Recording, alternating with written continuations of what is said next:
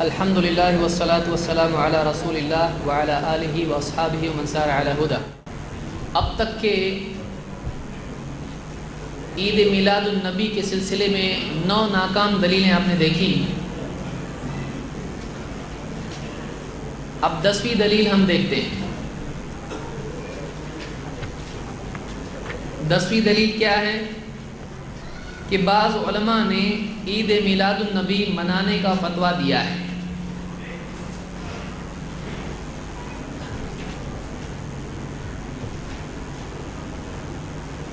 یہ بنیادی بات یاد رکھیں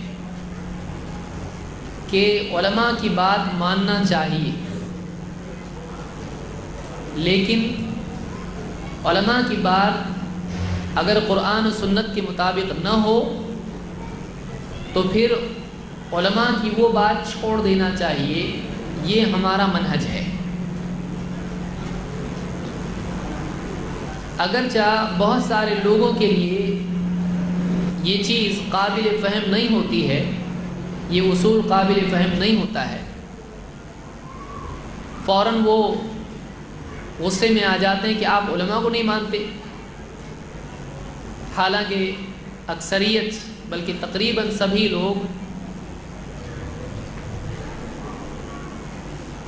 تمام علماء کو نہیں مانتے۔ ایک مسلک کا آدمی دوسرے مسلک کے علماء کے بارے میں کہتا نہیں، وہ دوسرے مسلک کے ہیں، اپنے کو اپنے مسلک کے عالم کی بات ماننا چاہیے۔ تو اس اصول کو 2 بنیادوں پر دیکھا جائے گا۔ ایک تو یہ اصول کہ تمام علماء کی بات مانیں سوائے وہ بات جو قرآن و سنت سے ٹکراتی ہو، قرآن و سنت کے مطابق نہ ہو۔ ایک اصول یہ۔ دوسرا اصول اپنے اپنے لوگوں کی ماننا ہے، چاہے کتنی غلط ہو، چاہے سمجھ میں نہ آتی ہو، ہاں دوسرے علماء کچھ بھی بولیں، کتنا بھی صحیح بولیں، نہیں ماننا ہے۔ کیوں؟ دوسرے ہیں۔ ایک دوسرا اصول یہ ہے۔ یہ ہمارا اصول نہیں ہے۔ ہم یہ کہتے ہیں کہ قرآن و سنت کے مطابق جس کی بھی بات ہو اس کو تسلیم کیا جائے، اور قرآن و سنت سے ٹکرانے والی بات کسی کی بھی ہو اس کو تسلیم نہ کیا جائے۔ تو یہ اپنے پرائے کا جو اصول ہے یہ ہمارے ہاں نہیں ہے۔ ہاں ہمارے ہاں اصول یہ ہے کہ صحیح بات کیا ہے اور غلط بات کیا ہے۔ صحیح بات کو قبول کریں، غلط بات کو چھوڑ دیں۔ پھر کبھی ایسا ہوتا ہے کہ ایک اچھا عالم، بڑا عالم بھی کچھ نہ کچھ غلط بات بول دیتا ہے۔ ہمارا اصول یہ ہے کہ اس عالم کو نہ چھوڑا جائے، ہاں اس کی اس غلط بات کو چھوڑ دیا جائے۔ اگر یہ اصول اپنایا نہیں جائے تو یا تو امت میں اندھی تقلید آئے گی، یا پھر امت میں تعصب اور فرقہ پرستی پیدا ہوگی۔ بس ہم کو نہیں ماننا ہے، کتنی بھی صحیح بولو ہم نہیں مانیں گے، یہ طریقہ صحیح نہیں ہے۔ صحیح طریقہ یہی ہے کہ ایک انسان دلیل کے ساتھ جس کی بات ہو، دلیل کے مطابق ہو، صحیح دلیل ہو، بات کو مان لے، اور اگر غلط بات ہو، چاہے کتنے ہی قریبی رشتہ دار کی بات ہو، کتنی ہی محبوب شخصیت کی بات ہو، اس کو ترک کر دیں۔ اس سلسلے میں بعض لوگوں نے دلیلیں پیش کی ہیں اور علماء کے نام ذکر کیے ہیں کہ فلاں عالم صاحب کا فتویٰ ہے کہ عید میلاد النبی منانا چاہیے، فلانا شیخ الاسلام ہیں، فلانا اعلیٰ حضرت ہیں، یا فلانا شیخ ہیں، فلانا عالم صاحب ہیں، فلانا مفتی ہیں، فلانا محدث ہیں، یا فلاں ہیں، فقیہ ہیں، یا جو بھی ہیں۔ کسی عالم کا احترام اپنی جگہ ہے، لیکن دلیل ہر عالم سے اوپر ہوتی ہے۔ لوگوں کو دلیل کے ترازو میں تولا جائے گا، لیکن لوگوں کے مطابق دلیل کا ترازو ایڈجسٹ نہیں کیا جائے گا۔ آپ کیا کریں گے؟ فٹ پٹی کو لوگوں کے حساب سے ایڈجسٹ کریں گے؟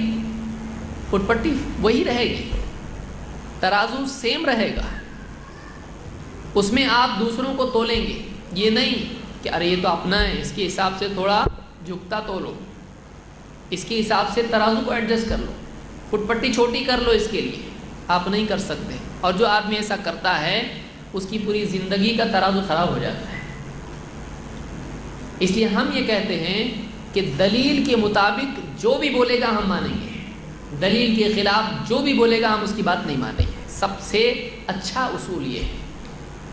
اور دلیل کیا ہے؟ دلیل اللہ اور اس کے رسول کی بات ہے صلی اللہ علیہ وسلم. اللہ تعالیٰ نے یہی اصول ہم کو دیا ہے. قرآن کریم میں اللہ تعالیٰ فرماتا ہے یا ایھا الذین آمنوا اطیعوا اللہ واطیعوا الرسول واولی الامر منکم. اے ایمان والو، اللہ کی فرما برداری کرو، اس کے رسول کی فرما برداری کرو، اور ان کی بھی جو تم میں معاملے کا اختیار رکھتے ہیں، جیسے مسلمانوں کا امیر، مسلمانوں کا خلیفہ، حاکم. تو اللہ نے اللہ کی بات ماننے کا حکم دیا، رسول صلی اللہ علیہ وسلم کی بات ماننے کا حکم دیا، اور جو امیر یا بڑے یا علماء ہوں ان کی بھی بات ماننے کا حکم دیا ہے. لیکن آگے اللہ نے کیا فرمایا؟ آگے اللہ تعالیٰ نے فرمایا فَإِن تَنَازَعْتُمْ فِي شَيْءٍ فَرُدُّوهُ إِلَى اللَّهِ وَالرَّسُولِ. پھر اگر تم میں کسی چیز میں اختلاف ہو جائے، تنازع ہو جائے، ڈفرنس ہو جائے، ڈسپیوٹ ہو جائے، فَإِن تَنَازَعْتُمْ فِي شَيْءٍ، تو کیا کرو؟ فَرُدُّوهُ إِلَى اللَّهِ وَالرَّسُولِ. تو اس معاملے کو، اس اختلاف کو اللہ اور اس کے رسول کی طرف پھیر دو، اللہ اور اس کے رسول کی طرف پلٹاؤ. ان کنتم تؤمنون باللہ والیوم الآخر، اگر واقعی تم اللہ اور آخرت کے دن پر ایمان رکھتے ہو تو. ذالک خیر واحسن تأویلا، یہی بہتر ہے اور انجام کے اعتبار سے اچھی چیز ہے. اس آیت میں جہاں اللہ تعالیٰ نے اللہ اور اس کے رسول کی بات ماننے کا ذکر کیا ہے، وہیں مسلمانوں میں ذمہ دار قسم کے جو افراد ہوتے ہیں، جیسے مسلمانوں کا امیر یا علماء، مفتی، قاضی، جج، ان کی بات بھی ماننے کا حکم دیا ہے. لیکن یہ بات آپ یاد رکھیں، اگر آیت کو آپ پڑھیں تو آپ دیکھیں گے کہ اللہ نے اطیعوا اللہ کہا، اطیعوا الرسول کہا، لیکن اطیعوا اولی الامر منکم نہیں کہا، بلکہ اللہ تعالیٰ نے اولو الامر سے اطیعوا کا لفظ ہٹا دیا ہے. اللہ کے لیے اطیعوا کا لفظ مستقل آیا ہے. آپ آیت پر غور کریں، آپ کو سمجھ میں آئے گا. اللہ کے لیے اطیعوا کا لفظ الگ سے آیا ہے، رسول کے لیے اطیعوا کا لفظ دوبارہ دہرایا گیا، لیکن پھر اولو الامر کے لیے وہ اولی الامر منکم، ان کے لیے پھر سے اطیعوا کا لفظ نہیں آیا. کیوں؟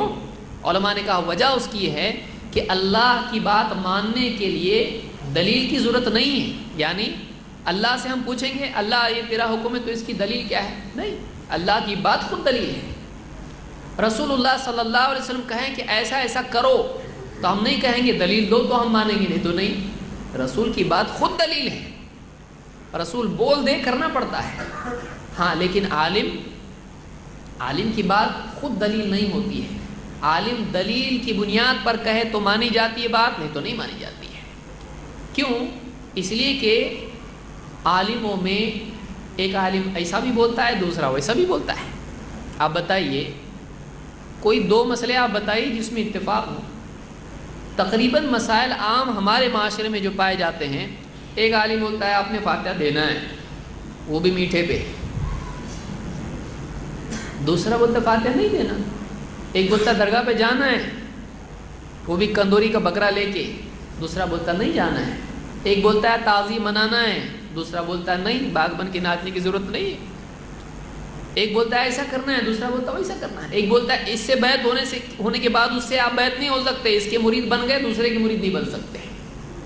دوسرا بولتا ہے ان کے مرید بنو، یہ زیادہ اچھے بابا ہیں، بہت پاورفل بابا ہیں. تو عالموں میں اختلاف ہوتا ہے. ایک عالم صاحب ایک بات بولتے ہیں، دوسری بات دوسرے عالم صاحب بولتے ہیں. اچھے علماء میں بھی اختلاف ہوتا ہے، برے علماء میں تو ہوتا ہی ہوتا ہے. اللہ ہے کہ دونوں کا فائدہ ایک ہو تو دونوں جمع ہو جاتے ہیں. فائدے کے لیے قاعدہ ایڈجسٹ کر سکتے ہیں. بہت سارے لوگوں کا یہ اصول ہوتا ہے کہ بہت سارے لوگوں کا اصول یہ ہوتا ہے کہ اگر کچھ وصول کرنا ہو تو اصول کو ایڈجسٹ کر سکتے ہیں. اہل حق کا یہ طریقہ نہیں ہوتا ہے، اہل باطل کا یہ طریقہ ہوتا ہے. عالموں میں اختلاف ہوتا ہے. اب ایک عالم صاحب بول رہے فاتحہ دو، دوسرے عالم صاحب بول رہے مت دو، تو بیچارہ بھی کرے گا کیا؟ یہ دے یا نہیں دے؟ تو فیصلہ تو اس نے کرنا ہے. کنڈے مناؤ، جھنڈے لگاؤ. اگر کوئی بولتا ہے، اب ایک بول رہا کرو، ایک بول رہا نہیں کرو، ہے نا معاشرے میں فرضی بات نہیں بول رہا. یہ بھی 8 سال مدرسے سے پڑھ کے نکلا ہے، وہ بھی نکلا ہے پڑھ کے. یہ بھی پگڑی باندھ رہا ہے، وہ بھی پگڑی باندھ رہا ہے، یہ بھی داڑھی والا، وہ بھی داڑھی والا ہے، اس کے پاس بھی ڈگری ہے، اس کے پاس بھی ڈگری ہے. تو اب اس کی مانیں گے کہ اس کی مانیں گے؟ آدمی پریشان ہو جائے گا. اور آپ ایک فرقہ کوئی ایسا بتائیے جس کے پاس عالم نہیں ہے، اور ہر فرقے کے عالم دوسروں کو کافر، مشرک، گمراہ بول رہے ہیں. تو پھر اگر عالم حق پہ ہے تو سارے عالم حق پہ ہے. اس کو غلط بولنے والا بھی حق پہ، اس کو غلط بولنے والا بھی حق پہ، دونوں حق پہ نا، دونوں غلط. صحیح کیا ہے؟ اس لیے اللہ تعالیٰ نے قیامت تک کے اختلافات کے لیے ایک میزان ہم کو دی ہے. ٹھیک ہے، عالموں میں اختلاف ہو سکتا ہے، اور اچھے عالموں میں بھی انڈرسٹینڈنگ کے فرق کی وجہ سے، غور و فکر میں فرق کی وجہ سے، ایک مسئلے کو مختلف زاویوں سے دیکھنے کی وجہ سے اختلاف ہو سکتا ہے. اب حل کیسا کریں گے؟ حل کرنے کا طریقہ اللہ نے بتا دیا ہے. فَإِن تَنَازَعْتُمْ فِي شَيْءٍ، اگر تم میں کسی چیز میں آپس میں اختلاف ہو جائے، فَرُدُّوهُ إِلَى اللَّهِ وَالرَّسُولِ، تو اس اختلاف کو اللہ اور اس کے رسول کی طرف پھیرو فیصلے کے لیے. وہاں سے جس کے حق میں فیصلہ آئے، جس عالم کی، جس آدمی کی، عامی کی بات صحیح نکل آئے وہ صحیح، جو غلط وہ غلط. فیصلہ کہاں سے آئے گا؟ اللہ اور اس کے رسول کی طرف سے آئے گا. آپسی اختلاف میں اللہ اور اس کے رسول کا فیصلہ فیصل ہوگا، فائنل اتھارٹی ہوگا.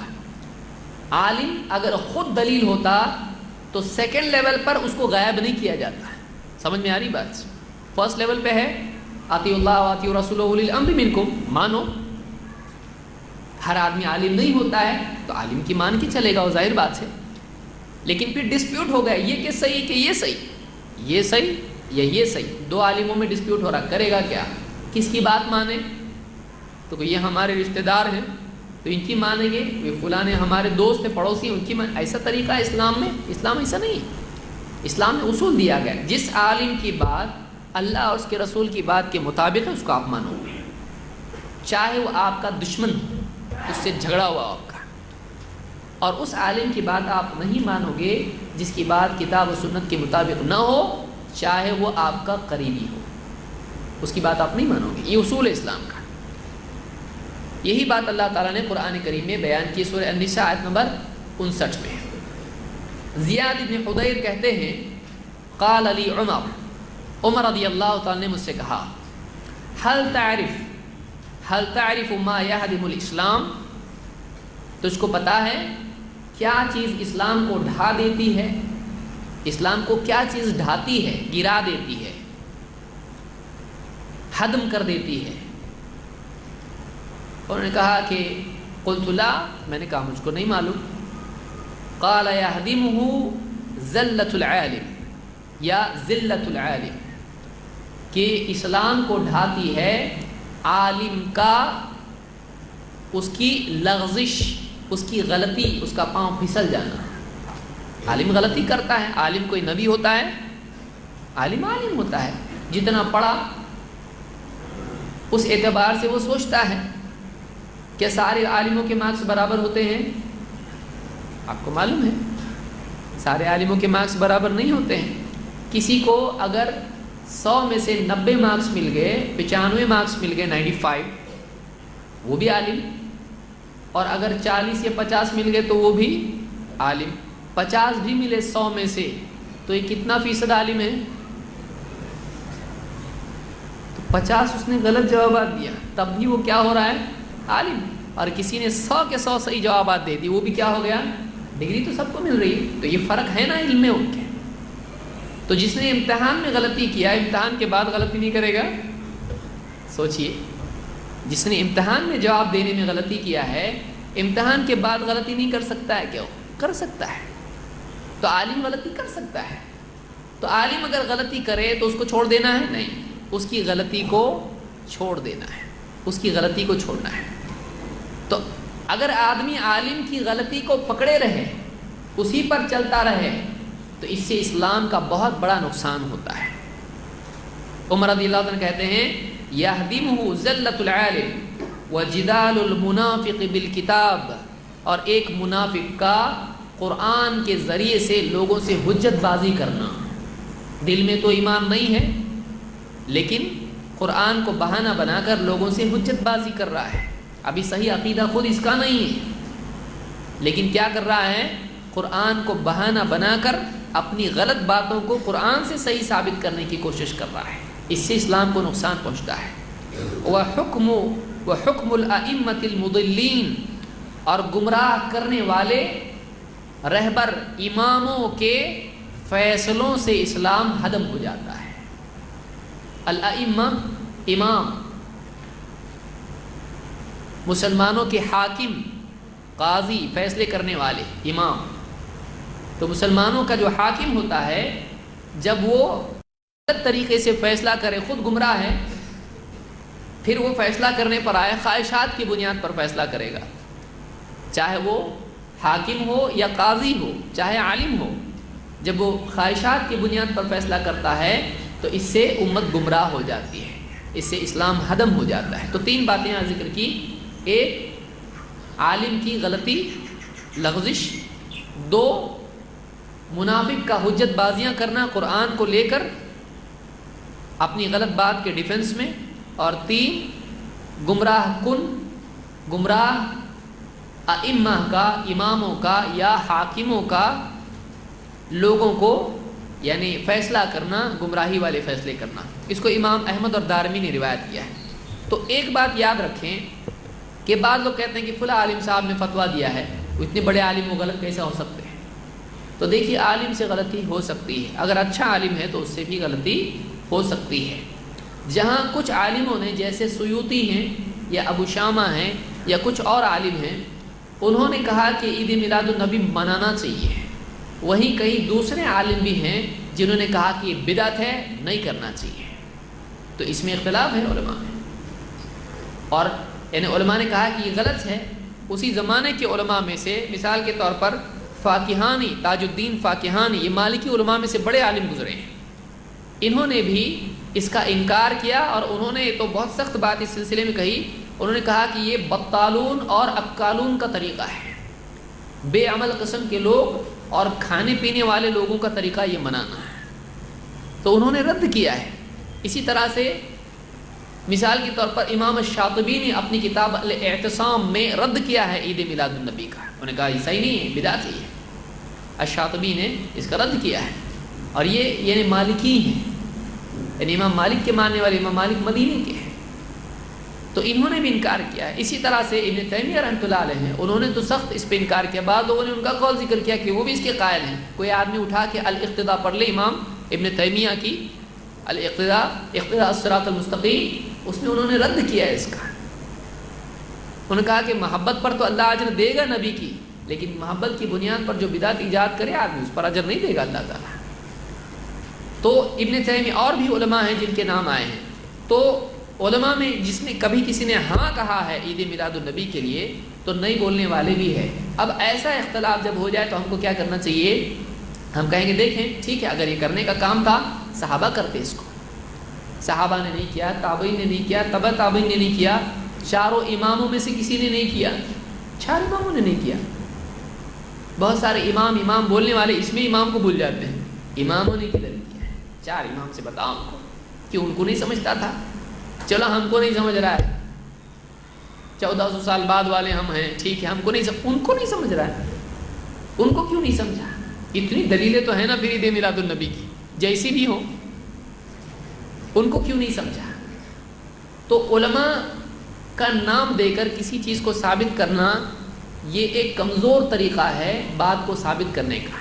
ہاں دلیل دینے کے بعد علماء کا تذکرہ تائید میں پیش کیا جا سکتا ہے کہ دیکھیے ہم لوگ ان دلیلوں سے مان رہے ہیں اور اتنے سارے علماء اس کی تائید میں ہیں، تو یہ ہم کہہ سکتے ہیں کہ دیکھیے اتنے بڑے بڑے علماء ہیں جنہوں نے اس کو رد کیا ہے۔ امام شاطبی کی تو مستقل کتاب ہے 2 جلدوں میں، الاعتصام، اس میں پوری کتاب بدعت کے موضوع پر ہے۔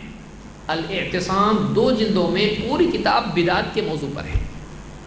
بدعت کیسے ہوتی ہے، بدعت کیا ہوتی ہے، رد کیا انہوں نے، اس میں اس کو مثال کے طور پر ذکر کیا ہے، اور بھی چیزیں ذکر کی ہیں۔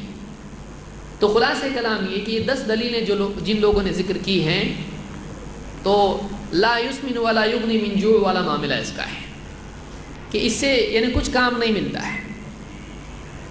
جیسے آدمی کہے کہ یعنی چمچے بھر پانی نہ پیاس بجھائے نہ نہانے کے کام آئے، تو ایسے ہی معاملہ ان دلیلوں کا ہے کہ اس سے اگرچہ دلیلیں صحیح ہیں، بخاری کی حدیثیں بعض مسلم کی روایتیں ہیں، قرآن کی آیات ہیں، لیکن ان دلیلوں سے جو بات ثابت کرنے کی کوشش کی جا رہی ہے وہ اس سے ثابت نہیں ہوتی ہے۔ اسی طرح کی دلیل ہیں، اور بعض جھوٹی روایات ہیں جن کو خود عید میلاد النبی ماننے والوں نے بھی جھوٹا کہا ہے۔ جھنڈوں والی روایتیں ہیں اور چراغاں والی روایتیں ہیں، اور بہت ساری ایسی روایتیں ہیں، خود امام سیوطی نے اس کے اوپر رد کیا ہے۔ تو جس کو خود انہوں نے رد کیا ہم رد کرتے بیٹھے، یہ مناسب بات نہیں ہے۔ مردود کو رد کرنے سے کچھ فائدہ نہیں ہوتا ہے۔ تو بہرحال یہ 10 دلیلیں تقریباً تھیں جو ٹاپ لیول کی دلیلیں ہیں۔ ان دلیلوں سے آپ کو اندازہ ہوگا کہ دور دور تک بھی اس سے عید میلاد النبی دکھائی نہیں دیتی ہے۔ اب کسی کو دکھائی دیتی ہے تو دن میں بھی انسان کو تارے دکھائی دے سکتے ہیں، لیکن اس کو ہوش و حواس میں نہیں مانا جاتا ہے۔ تو کوئی آدمی کچھ ثابت کرنا ہی چاہے تو پھر اس کے لیے ثابت کرنے کا راستہ قیامت تک کھلا ہوا ہے، پھر وہ جس چیز کو ثابت کرنا چاہے ثابت کر سکتا ہے، لیکن واقعتاً وہ چیز ثابت ہونا ایک الگ چیز ہے۔ ہاں اس کو بول سکتے ہیں بہت اچھی کوشش کی آپ نے ثابت کرنے کی لیکن ہوا نہیں، تو اس کو انکریج کر سکتے ہیں، حوصلہ افزائی کہ آئندہ اور دلیلیں لے کے آؤ، آپ بول سکتے ہیں اس کو، لیکن وہ آدمی وہ ثابت نہیں کر پایا اپنی بات کو، کیونکہ دلیلیں کہیں جا رہی ہیں، یہ کہیں جا رہا ہے، دلیلیں ایک وادی میں ہیں، یہ ایک دوسری وادی میں ہے، اور اسے زبردستی کھینچ کے بات نکالنا، یہ مطلب دلیلوں کے ساتھ میں یعنی نازیبا حرکت کرنا ہے۔ بہرحال اب ہم آتے ہیں میلاد النبی میں جو خرافات پائی جاتی ہیں عام طور سے، ان خرافات کی طرف سب سے پہلی خرافت، سب سے پہلی برائی کیا ہے؟ نمازوں کا ضائع ہونا، اور خصوصاً کون سی نماز؟ عصر کی نماز۔ عام طور سے جلوس نکلتا ہے کون سے ٹائم پہ؟ بچے نہا دھو کے پورے ایک دم تیار ہو کے ٹرک با ٹرک، ٹرک در ٹرک،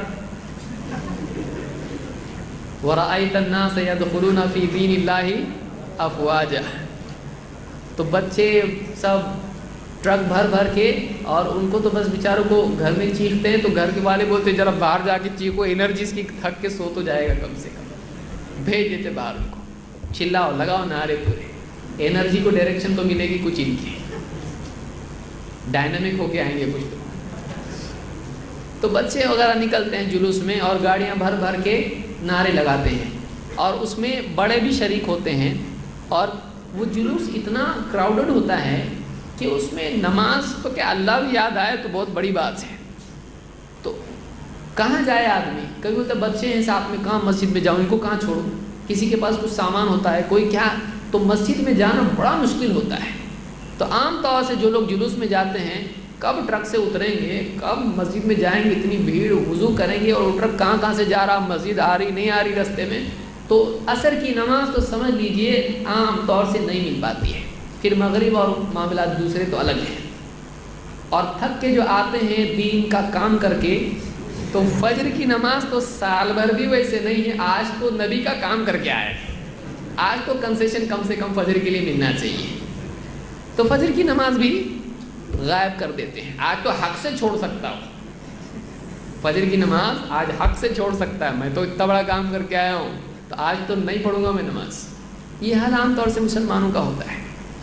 اللہ تعالیٰ نے قرآن کریم میں فرمایا فَخَلَفَ مِن بَعْدِهِمْ خَلْفٌ أَضَاعُوا الصَّلَاةَ وَاتَّبَعُوا الشَّهَوَاتِ فَسَوْفَ يَلْقَوْنَ غَيًّا۔ نبیوں کے بعد کے دور کے بارے میں اللہ نے فرمایا کہ پھر ان نبیوں کے نیک لوگوں کے بعد کچھ ایسے بد کردار لوگ آئے، خلف برے پیچھے رہنے والوں کو بولتے ہیں، خلف جو اچھوں کے بعد برے آتے ہیں ان کو خلف کہتے ہیں. فخلف من بعدهم خلف اضاعوا الصلاة، جنہوں نے پہلی برائی کیا کی؟ نماز کو ضائع کر دیا. واتبعوا الشہوات، اور خواہشات کی پیروی کی. فسوف یلقون غیا، تو عنقریب وہ غی پائیں گے. غی کے معنی خسارہ اور گمراہی کے ہیں. غی تو یہ گھاٹے میں جانے والے ہیں. کون؟ جو نمازوں کو ضائع کر کے اپنی خواہشات کو پورا کرتے ہیں. اور آپ دیکھیں گے کہ نمازوں میں خصوصاً اللہ تعالیٰ نے ذکر کیا ہے حافظوا علی الصلوات والصلاۃ الوسطی. حافظوا علی الصلوات، نمازوں کا اہتمام کرو، نمازوں کا خیال رکھو. والصلاۃ الوسطی، اور خصوصاً بیچ کی نماز. کون سی؟ عصر کی نماز. خصوصاً عصر کی نماز کا خیال رکھو. وقوموا للہ قانتین، اور اللہ کے آگے فرما بردار بنے کھڑے رہو. تو اللہ نے خاص طور سے عصر کی نماز کا حکم دیا ہے، کیونکہ عصر کی نماز کے ضائع ہونے کے بہت امکانات ہوتے ہیں، اور نبی کا نام لیتے لیتے نبی کا عمل ضائع کر دیا جاتا ہے. اب بتائیے، اللہ کے رسول صلی اللہ علیہ وسلم، آخری وقت ہے، آپ کھڑے نہیں ہو پاتے ہیں، لیکن آپ صلی اللہ علیہ وسلم 3 آدمیوں کے سہارے سے ان کے کندھوں پہ ہاتھ رکھ کے مسجد میں آ رہے ہیں، اور آپ کے پاؤں زمین پر گھسٹ رہے ہیں، پھر بھی آپ مسجد میں آ کے نماز پڑھ رہے ہیں. آخری وقت ہے، آپ صلی اللہ علیہ وسلم کی زبان سے کلمات نکل رہے ہیں، الصلاۃ الصلاۃ وما ملکت ایمانکم، نماز نماز، اور اپنے غلاموں کا خیال رکھو، نماز کا خیال رکھو. آخری وقت تک نماز کا اہتمام. اور یعنی وہ آخری دن ہے نبی کا، آخری دن نبی صلی اللہ علیہ وسلم امت کو کیا بول رہے ہیں؟ نماز نماز. اور اسی دن کو مناتے ہوئے امتی کیا کر رہا ہے؟ نماز کو برباد کر رہا ہے. مذاق نہیں ہے یہ. اور اوپر سے زبان سے کلمات یہ ہیں کہ نبی کا دامن نہیں چھوڑیں گے. یعنی اب بتائیے اس سے زیادہ دامن چھوڑنا کیا ہے، کہ جس چیز کی تاکید آخری سانسوں میں نبی نے بہت ڈٹ کے کی ہو، نماز نماز آخری وقت میں، اسی دن دعویٰ کریں کہ نبی کا دامن نہیں چھوڑیں گے، لیکن کیا کرے؟ وہی عمل چھوڑے جس کو خاص طور سے بول کے گئے. تو کتنی یعنی سوچنے کی چیز ہے کہ مسلمان کیا کر رہا ہے. تو پہلی چیز جو اس دن کی برائیوں میں سے ہے، جو عام طور سے لوگ کرتے ہیں، وہ ہے نماز کا ضائع کرنا ہے. نمبر 2، گانے بجانے، قوالی. اور جب قوالی وغیرہ اور نعتیں وغیرہ ختم ہو جائے تو ڈسکو بھی شروع ہو جاتا ہے اس میں، کیونکہ ہر ایک کا اپنا ٹیسٹ ہوتا ہے، اس کے اعتبار سے وہ جذبات کی تسکین پاتا ہے. تو بہت سارے لوگ یہ سمجھتے ہیں کہ قوالی اپنی اسلامی رہتی. قوالی زیادہ نان اسلامک ہے، کیونکہ قوالی کے اندر موسیقی تو ہوتی ہی ہے، لیکن قوالی کے اندر شرکیات اور خرافات بھی ہوتے ہیں. ہاں، دوسرے گانوں میں دوسری بے حیائیاں اپنی جگہ ہوتی ہیں، وہ بھی برا ہے، لیکن اس میں شرکیات کفریات تو نہیں ہوتے ہیں. قوالی میں عام طور سے شرکیات بھی آ جاتے ہیں، اور اللہ کی شان میں گستاخیاں بھی آتی ہیں. ہم تو جائیں گے سوئے مدینہ، جس کو جانا ہو جنت میں جائے. کیا ہے یہ؟ یعنی یہ ایسا ہے، ہم کو جنت کی ضرورت نہیں ہے، ہم تو مدینہ جائیں گے. اور مدینے والے کی تمنا کہاں جانے کی آخری وقت میں؟ الرفیق الاعلی. تو یہ کیا ہے؟ جنت کی تحقیر. تو شعر شاعری میں عام طور سے اس طرح سے ہوتا ہے کہ ایک قیمتی چیز کو گھٹانا اور ایک گھٹیا چیز کو بڑھانا. شعر میں عام طور سے یہ ہوتا ہے، غلو اس میں ہوتا ہے، ایگزیجریشن اس میں ہوتا ہے. تو اس دن گانے بجانے بھی ہوتے ہیں، میوزک چلتی ہے، اور وہ ایک فیشن بن گیا ہے ٹیپو سلطان کی میوزک. لوگ یہ سمجھنے لگے ہیں، اور میں سمجھتا ہوں کچھ سالوں میں کمپلسری ہو جائے گی میوزک. آفیشیل میوزک ہوگی عید میلاد النبی کی، اور نیشنل لیول پہ یہ ہوگا. ایسا لگتا ہے کہ آج عام طور سے یعنی عید میلاد النبی میں ٹیپو سلطان کی وہ فلمی میوزک لگتی ہے، اور سب ٹیپو سلطان اس پہ رہتے ہیں. گھر میں وہ ٹیپو سلطان نہیں ہے، گھر میں وہ ٹپو سلطان ہے. لیکن کیا ٹھاٹ ہے اس کی، اسلام کا جھنڈا لے کے بیٹھے ہیں. اس کے ہاتھ میں اسلام کا جھنڈا کہ جس کو اگر کوئی محبت سے داڑھی پہ ہاتھ پھیر لے تو ہاتھ میں آ جائے. ارے میں تو سمجھا اصلی ہے، ارے چلتا واپس سے لگاؤ. یہ اسلام کا سپاہی یہ اسلام کا دائی کیا ہے؟ نقلی سب، جھنڈا نقلی، جبہ کرائے کا، گاگل نانا کا، چاچا کا، دوست کا، جوتے کسی کے لے لیے، موزے کسی کے لے لیے، امامہ باندھنے نہیں آ رہا تھا، کسی نے رحم کر کے باندھ دیا، کھلا تو مصیبت، واپس باندھنے کو ڈھونڈ رہا، اس کو کدھر گیا ہو، باندھنے نہیں آتا۔ یہ ہمارا اسلام کا یہ دائی ہے، اسلام کا جھنڈا اس کے ہاتھ میں دیے۔ آپ سوچئے یعنی کیا مسلمانوں کا حال ہے، اور میوزک چل رہی ہے اور اس کے اوپر پورا کارواں جا رہا ہے، کہاں جا رہا معلوم نہیں ہے اس کو، کہاں جا رہی امت۔ اللہ کے نبی صلی اللہ علیہ وسلم فرماتے ہیں صوتان ملعونان فی الدنیا والآخرہ، دو آوازیں ہیں دنیا اور آخرت میں، دونوں پر لعنت ہے، دونوں پر لعنت ہے۔ کون سی؟ مزمار عند نعمت ورنت عند مصیبت، خوشی کے وقت میں میوزک، موسیقی، اور غم کے وقت میں رنہ یعنی غم کے وقت میں ماتم کرنا۔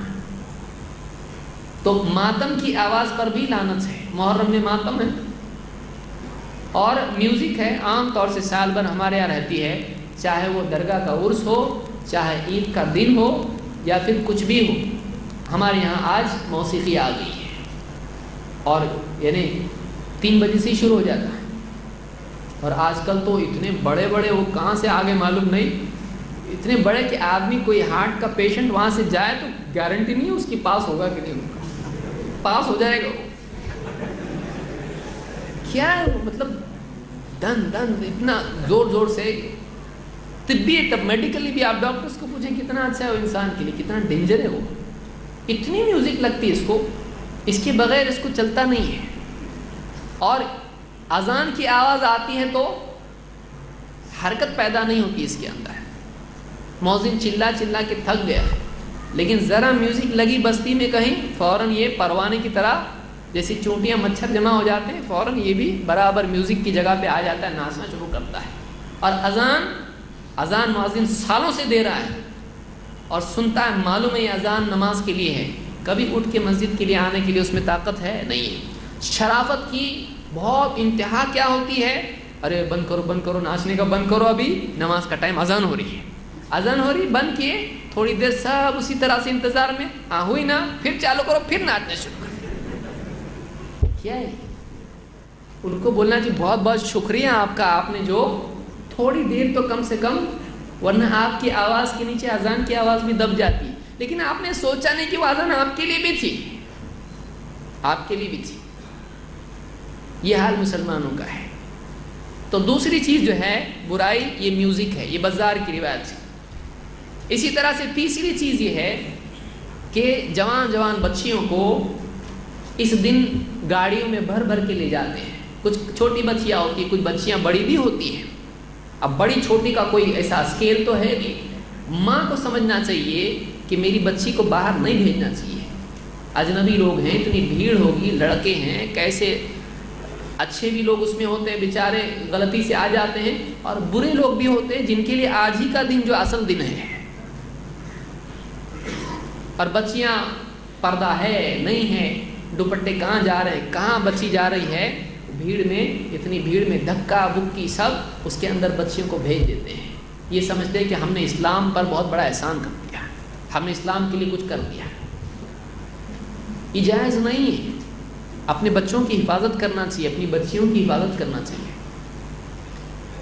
خواتین بھی آ کے بے پردہ کنارے کھڑی ہو جاتی ہیں کہ اسلام کا جلوس جا رہا ہے، کہ اسلام کا جنازہ جا رہا ہے۔ سوچیے، اسلام کا جلوس جا رہا ہے، یہ جنازہ جا رہا ہے اسلام کا۔ اپنے گھروں سے جھانکتی ہیں عورتیں اور سب دیکھتے ہیں، اور یہاں نوجوان بھی کہتے ہیں ان کو بھی کلمہ پڑھائیں گے، ارے اوپر دیکھو، ارے نیچے دیکھو، ارے پہلی کھڑکی میں دیکھو، نعرے لگاتے ہیں۔ شرم آنا چاہیے۔ مسلمان بچیاں کبھی ہوتی ہیں، خواتین ہوتی ہیں، کبھی غیر مسلم ہوتے ہیں، پولیس آ جائے اگر اس میں تو ایک دم جوش اسلام کا زندہ ہو جاتا ہے، ان کو بھی کلمہ پڑھائیں گے۔ اچھا، گھر میں جا کے پہلے خود کلمہ پڑھانے نہیں آتا ہے اس کو، ان کو کلمہ پڑھانے چلا ہے، ایک ہی دن کلمہ پڑھانا ہے، نہ اس کو قرآن پتہ ہے، نہ اس کو اسلام پتہ ہے، نہ اس کو سورہ فاتحہ ڈھنگ سے پڑھنے آتی ہے، 10 غلطیاں اس میں نکلیں گی، 7 آیتوں میں 10 غلطیاں کرے گا یہ۔ لیکن دوسروں کو کلمہ پڑھانا نکلا ہے، وہ بھی سال میں ایک بار، سال بھر اپنے گھر میں نہ خود پڑھتا ہے کلمہ نہ گھر والوں کو پڑھاتا ہے، کبھی چیک بھی نہیں کیا ہے۔ یہ آج ہمارا امت کا حال ہے، یہ امت کے زوال کی علامت ہے، یہ تنزل کی علامت ہے کہ خیالی چیزوں کو امت عمل کا بدل بنا لیتی ہے، دعووں کو، چیخ پکار کو، کھیل تماشے کو دین کا بدل بنا دیتی ہے۔ یہ زوال کی علامت ہے، امت کے زوال کی علامت ہے۔ اور زوال کے دور میں اگلی سٹیپ کی بجائے پچھلی سٹیپ کریکٹ کرنی پڑتی ہے، حال کو درست کرنا پڑتا ہے۔ تو تیسری چیز جو ہے بے پردگی اس دن ہوتی ہے۔ اللہ تعالیٰ نے فرمایا وَقَرْنَ فِي بُيُوتِكُنَّ وَلَا تَبَرَّجْنَ تَبَرُّجَ الْجَاهِلِيَّةِ الْأُولَى۔ اللہ نے نبی صلی اللہ علیہ وسلم کی بیویوں سے کہا وَقَرْنَ فِي بُيُوتِكُنَّ، اپنے گھروں میں بیٹھی رہیو، وَلَا تَبَرَّجْنَ تَبَرُّجَ الْجَاهِلِيَّةِ الْأُولَى، پچھلی ماضی کی جاہلیت میں جو بے پردگی ہوا کرتی تھی تم ویسا بلا پردہ اپنی زینت کا اظہار نہ کرنا۔ امت کی ماں ہے۔ نبی کی بیوی کون ہوتی ہے؟ نبی کی بیوی، محمد صلی اللہ علیہ وسلم کی بیویاں ہم سب کی کیا ہیں؟ ماں ہیں۔ ان کو کہا جا رہا ہے گھر میں بیٹھے رہو، پردے سے رہو، اپنی زینت کا اظہار لوگوں پہ مت کرو۔ آپ بتائیے جن کے بارے میں یعنی امت کا عقیدہ ہے کہ امت کی ماں ہے، ان سے کہا جا رہا ہے، باقی خواتین کو کتنا پردے کا لحاظ کرنا چاہیے،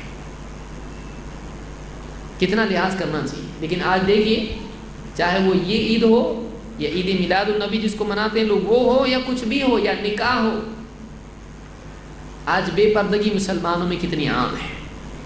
اور خاص طور سے بعض علاقوں میں جہالت کی وجہ سے بچیاں جب بڑی ہو جاتی ہیں تو خصوصی طور پر نکاح سے پہلے ان کو پردہ نہیں کرایا جاتا ہے، تاکہ کم سے کم ہماری بچی کو رشتہ تو آئے۔ اس کو پردے میں رکھ کے کرنا کیا ہے؟ دینے لینے کی بچی ہے، دیکھنا چاہیے، لوگ دیکھیں گے کیسا اس کو ہماری بچی نکاح کے لائق ہو گئی ہے۔ بہت شرم کی بات ہے۔ مسلمانوں کو چاہیے کہ وہ اپنی زندگی کے معاملات میں ازواج مطہرات کو دیکھیں، اس دور کی مسلم خواتین کو دیکھیں۔ ترقی یہ نہیں ہے کہ ہم دوسری قوموں کے رہن سہن کو اور دوسری قوموں کے رواج کو، عادات و اقوار کو اپنائیں۔ ترقی یہ ہے کہ ہم ہمارے سلف جن کے لیے اللہ تعالیٰ نے جنت کا وعدہ کر رکھا ہے، رضی اللہ عنہم ورضوا عنہ، ان کی زندگی کو دیکھ کے جئیں، ان کے اصول و آداب، ان کا رہن سہن اپنائیں، اس معاشرے کو اپنے معاشرے میں لانے کی کوشش کریں جو نبی صلی اللہ علیہ وسلم کا معاشرہ ہے، نہ کہ آج کی مغربی تہذیب جس کو پیشاب پاخانے کا طریقہ بھی معلوم نہیں ہے، جس کو کچھ بھی معلوم نہیں ہے۔ ٹیکنالوجی زندگی گزارنے کے طریقے کا نام نہیں ہے، ویسے ہی جیسے سواری منزل کا نام نہیں ہے، منزل کے لیے ذریعہ وسیلہ ہے، وہ منزل کا نقشہ بھی نہیں ہے اور وہ منزل بھی نہیں ہے۔ دوسری قوموں کو دیکھ کے ہم کو نہیں چلنا ہے۔ تو بے پردگی اس دن عام ہوتی ہے اور یہ بہت شرم کی بات ہے۔ 4 جھوٹے نعرے اور دعوے اس دن عام ہوتے ہیں۔ اللہ تعالیٰ نے فرمایا یا ایھا الذین آمنوا لم تقولون ما لا تفعلون، اے ایمان والو تم وہ کیوں کہتے ہو جو کرتے نہیں ہو، تم وہ کیوں کہتے ہو جو کرتے نہیں ہو۔ کبر مقتا عند اللہ ان تقولوا ما لا تفعلون، اللہ کے نزدیک یہ چیز بڑی گھناؤنی ہے، بڑی قابل نفرت ہے۔ مقتا، کبر مقتا عند اللہ، اللہ کے نزدیک یہ چیز بڑی قابل نفرت ہے کہ تم وہ کہنے لگو جو تم کرتے نہیں ہو۔ یعنی تم وہ دعوے کیوں کرتے ہو جو پریکٹیکلی تم کر نہیں پاتے، بڑے بڑے دعوے کرتے ہو، نبی کا دامن نہیں چھوڑیں گے اور نماز چھوڑ رہے ہیں اور حلال و حرام کی تمیز چھوڑ رہے ہیں، نگاہوں کی حفاظت چھوڑ رہے ہیں اور دین کی کتنی چیزیں چھوڑ رہے ہیں، لیکن سب چھوڑنے کے بعد یہ کہتے ہیں نبی کا دامن نہیں چھوڑیں گے۔ تو زبان سے جو کلمات آدمی کہہ رہا ہے واقعی پریکٹیکلی اس پر کتنا عمل کر رہا ہے؟ آدمی اتنے ڈیرنگ سے کہہ رہا ہے، کیا اس کے دل میں خیال نہیں گزرتا ہے کہ جو زبان سے میں کہہ رہا ہوں علم یعلم بان اللہ یرا، کیا اس کو نہیں معلوم اللہ اس کو دیکھ رہا ہے، کہ اللہ کے سامنے بول رہا ہے اور دل میں معلوم ہے یہ آج کا ہی ہے، کل سے تو پھر اپنی وہ پرانی زندگی جیسی ویسی جینا ہے۔ تو جھوٹے دعوے اللہ کو پسند نہیں ہیں، بڑے بڑے نعرے لگانا، بڑے بڑے دعوے کرنا اللہ کو پسند نہیں ہے۔ 5 فضول خرچی کہ لائٹنگ کرنا اور پتاکے اور کیا لگانا، سب ہرے رنگ کے کاغذات پورے گاؤں گلیوں میں کوچوں میں، اور کیا کچھ نہیں خرچ اس میں ہوتا ہے، پھول وغیرہ لوگوں پہ لٹانا، یہ ساری چیزیں اسلام میں نہیں ہیں۔ مدینہ میں کبھی اس طرح سے لائٹنگ ہوئی، چراغ لگائے لوگوں نے، ایسے چلو چراغ لگائیں گے، آج نبی کی پیدائش کا دن ہے یا فلاں دن ہے، اتنا پیسہ جمع کر کے اگر غریب بچیاں جو گھروں میں بیٹھی ہوئی ہیں، اگر ان کے نکاح کا، ان کے معاملات کا، غریب نوجوان جو ہیں جن کے پاس نکاح کے لیے کچھ سیٹنگ نہیں ہے، نہ گھر ہے، نہ ان کے پاس دینے کے لیے مہر ہے، نہ ان کے پاس ڈھنگ کا جاب ہے، اگر یہ پیسہ جو پوری امت یا کم سے کم ہمارا ملک، اس کے مسلمان جو خرچ کرتے ہیں اس پر، اگر یہ فضول خرچی کو ہٹا دیا جائے اور اس کو صحیح ڈھنگ سے استعمال کیا جائے، کتنا بڑا کام ہو سکتا ہے، کتنی فضول خرچی ہوتی ہے۔ تو یہ بھی اللہ کو پسند نہیں ہے۔ اللہ تعالیٰ نے فرمایا وَلَا تُبَذِّرْ تَبْذِيرًا، فضول خرچی مت کر، إِنَّ الْمُبَذِّرِينَ كَانُوا إِخْوَانَ الشَّيَاطِينَ، فضول خرچی کرنے والے یقیناً شیطان کے بھائی ہیں۔ کس کے بھائی ہیں؟ شیطان کے۔ وَكَانَ الشَّيْطَانُ لِرَبِّهِ كَفُورًا، اور شیطان اپنے رب کا بڑا ہی ناشکرا ہے، شیطان اپنے رب کا بڑا ناشکرا ہے۔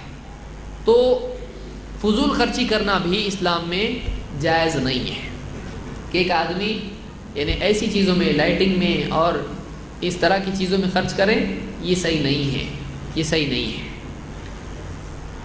آپ بتائیے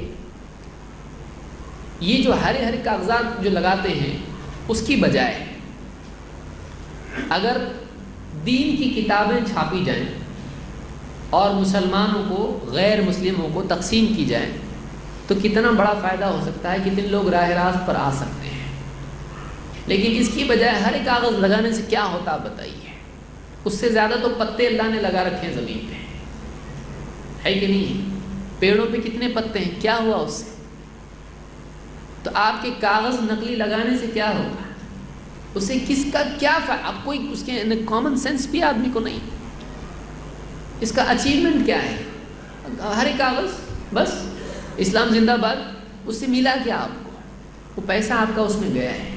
اس کی بجائے وہی کاغذ اگر اس پر دین کی باتیں، اس نبی کی حدیثیں اگر چھپی ہوتی اور وہ کاغذ لوگوں تک پہنچایا جاتا اور لوگ اس کو پڑھتے اور 100 آدمی میں سے اگر ایک آدمی بھی ہدایت پر آتا، تو کتنا بڑا کام ہوتا ہے، کتنا ویسٹیج آف ایفرٹس ہے، وہ باندھنے کو کتنی تکلیف ہوتی ہے۔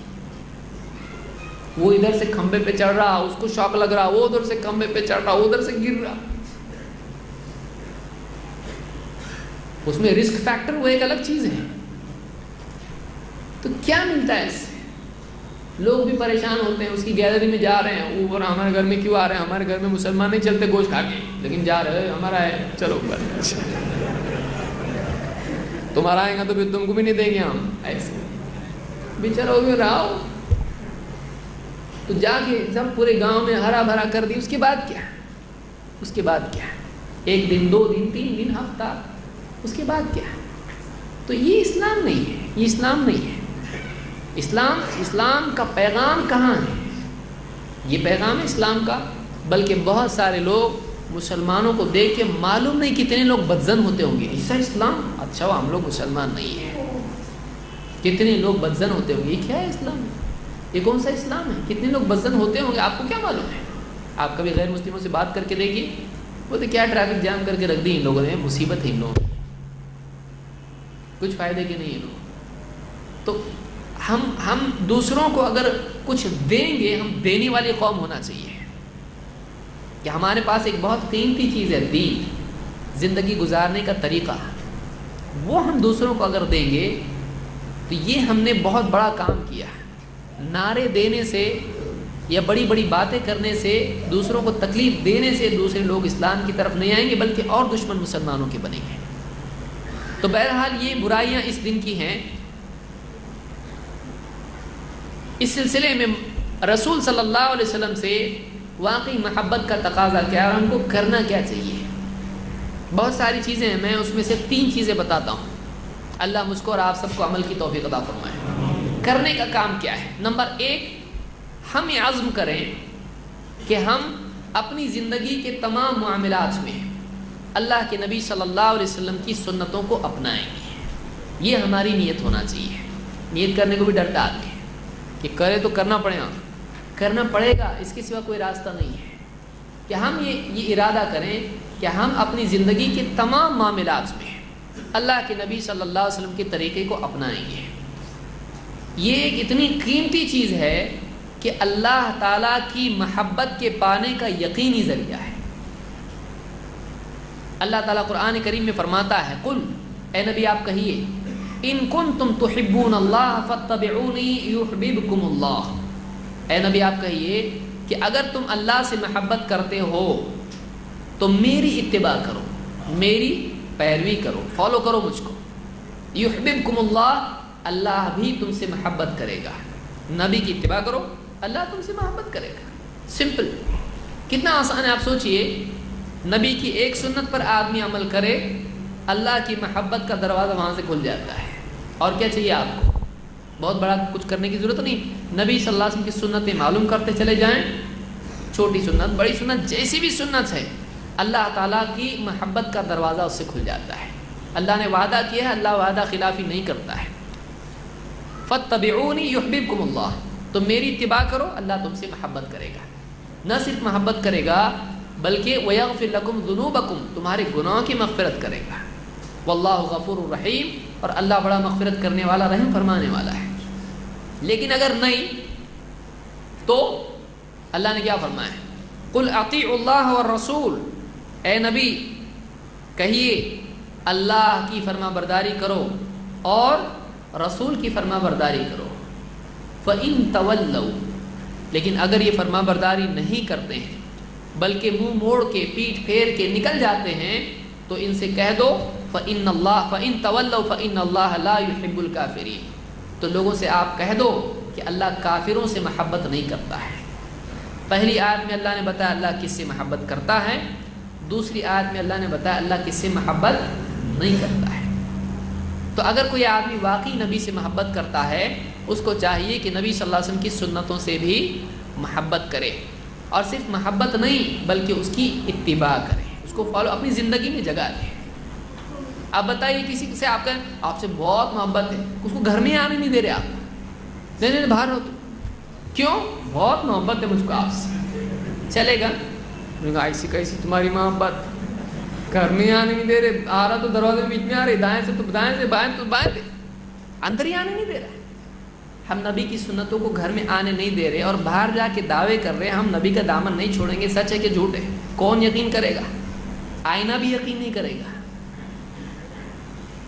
تو ہم نبی کی سنتوں کو اپنی زندگی میں، اپنے گھروں میں داخل کریں. اسلام کو گھر میں سب سے بڑا مقام دیں.